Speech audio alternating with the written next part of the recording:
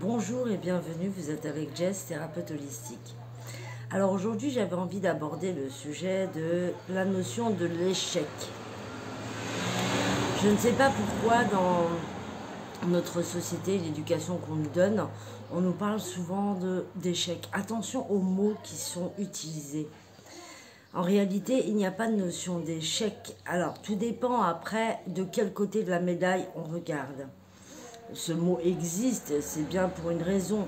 Mais est-ce qu'on doit l'utiliser à tout bout de champ pour tout et n'importe quoi? Je n'en suis pas certaine, je suis même sûre du contraire. On va partir sur le principe qu'on vit une expérience. Et que de cette expérience, on va tirer une leçon. Il n'y a pas là de notion d'échec. L'échec, c'est de ne jamais essayer quoi que ce soit. Oui, ça, c'est un réel échec. Voilà, parce que finalement, on part sur le principe automatiquement de ne rien pouvoir réussir. Donc, c'est effectivement l'échec. Mais à partir du moment où on a mis quelque chose en place et que ce quelque chose progresse dans un sens ou dans un autre, il s'agit quand même d'expérience. L'expérience, ma foi, c'est vraiment ce qui justement nous permet ou nous aide, nous accompagne dans le fait de grandir. Si maintenant on part sur le principe qu'à chaque fois qu'on met quelque chose en place et que ça n'aboutit pas, nous sommes en position d'échec. Qu'est-ce que ça génère derrière, au niveau du subconscient, au niveau de notre base de données, de l'être que nous sommes en arrière-plan, cet arrière-plan dans lequel tout est imprimé, les expériences que nous avons vécues, le savoir que nous avons, les souvenirs, tout y est imprimé.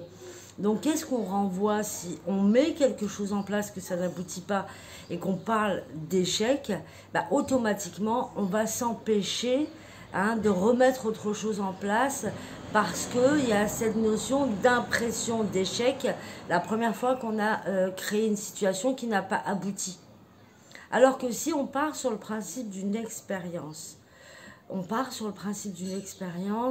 se dit, voilà, certes, ça n'a pas abouti, mais pourquoi ça n'a pas abouti et comment je peux mettre les choses en place pour qu'à l'avenir, ça aboutisse ou pour qu'à partir d'ici maintenant, j'œuvre du mieux que je peux pour que ça aboutisse. Ou j'œuvre en faisant de mon mieux pour que ça aboutisse. Voilà, c'est vraiment une notion hyper extra importante. C'est un peu comme, vous savez, quand on observe les enfants, ils ne marchent pas d'un coup, d'accord? On sait bien que les enfants font un pas, deux pas, certains tombent très souvent, d'autres tombent moins souvent. Alors tout dépend aussi du regard des parents. C'est clair que si les parents sont stressés devant en se disant « Oh mon Dieu, il risque de tomber, oh mon Dieu, il risque de tomber », il faut savoir que les énergies, on les envoie automatiquement et les enfants pompent très très très facilement puisqu'ils reçoivent tout et ils s'éduquent en observant le comportement de leurs parents. Voilà. C'est le plus grand, c'est la plus grande base de données de construction de l'enfant de 0 à 7 ans, c'est l'observation. Voilà. L'observation, ça c'est d'un point de vue purement matériel, mais c'est aussi l'observation énergétique, d'accord? L'imprégnation énergétique de ce qu'ils perçoivent du monde qui les entoure, notamment des parents, puisque les premières années, on se base beaucoup sur les parents. Alors, je partais sur le principe d'un enfant qui commence à marcher. Imaginez-vous, si tous les enfants de la Terre, on leur demandait, ou même on leur demande même pas, instinctivement, ils se mettent à vouloir se mettre debout par mimétisme, parce que c'est comme ça qu'ils voient leurs parents marcher, d'accord, évoluer dans la vie ou progresser sur le chemin. L'enfant, donc, il mime donc son parent et il tente de se mettre debout sur ses deux jambes et de faire exactement pareil que le parent, c'est-à-dire un pas après l'autre. Imaginez-vous un enfant qui tombe parce qu'il a fait un pas et puis voilà, le manque d'équilibre, il tombe. Si cet enfant-là ne réessaye pas et qu'il part sur le principe qu'il est en position d'échec, que doit-il faire dans ces cas-là? Rester toute sa vie assis? Non. L'enfant, il n'a pas cette notion de l'échec. il a la notion de l'apprentissage.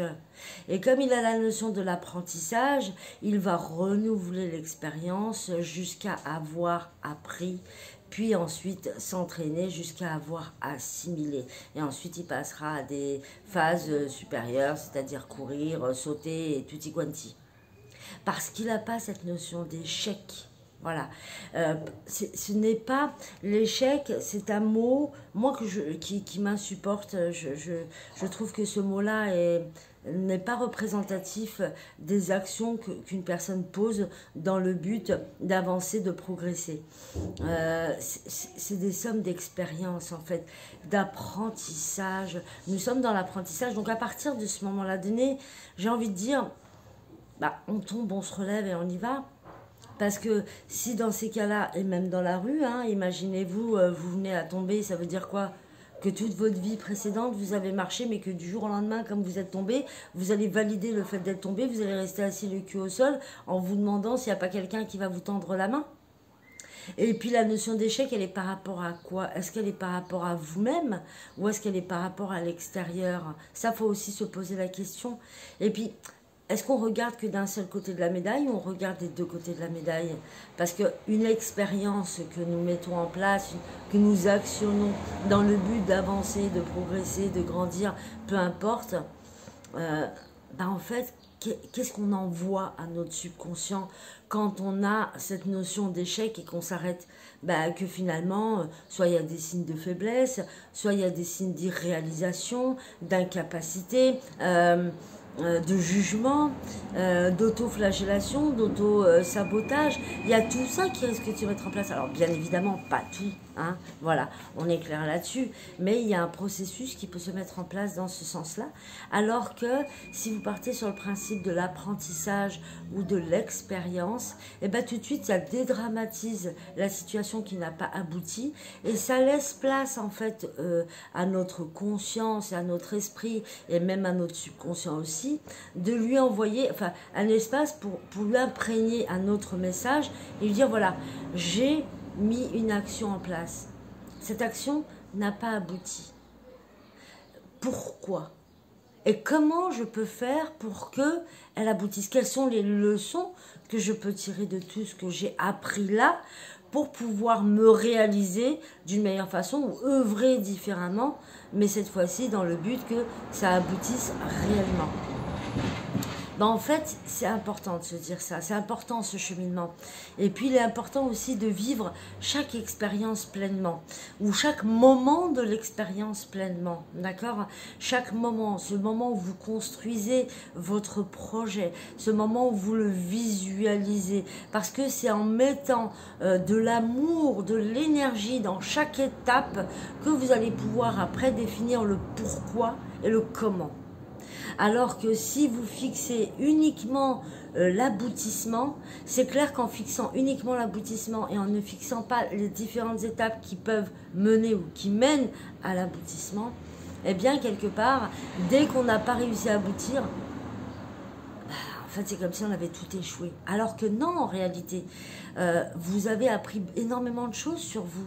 Ces choses que vous avez apprises à partir du moment où vous modifiez le paradigme dans le but de voir plus la face lumineuse que la face ténébreuse. Alors bien sûr, il faut regarder toutes nos parts d'ombre, hein, mais quand on regarde la face lumineuse, c'est pas que la face en faisant abstraction de la zone d'ombre, puisque la zone d'ombre nous donne aussi des éléments qui nous permettent d'actionner plus de lumière. Alors je sais pas si je vous ai perdu un petit peu, j'espère que non, mais en tout cas, il y a cette notion de vraiment la pensée est réalisatrice, elle est créatrice.